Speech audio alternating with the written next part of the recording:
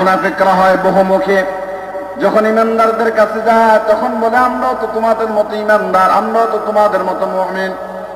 আবার যখন শয়তানদের কাছে যায়, কাফিরদের লিডারদের কাছে যায়, তখন বলে আমরাও তো তোমাদের সাথে আছি। নাউজুবিল্লাহ বলেন। এরা মুমিন নয়, এরা হলো মুনাফিক। মুনাফিকের চরিত্র বিভিন্ন রকম। এই যে দেখেন না, কিছুদিন আগে একজন চিত্রনায়ক ফেরদাউস, নাম শুনেছেন? কত সুন্দর নাম ফেরদাউস।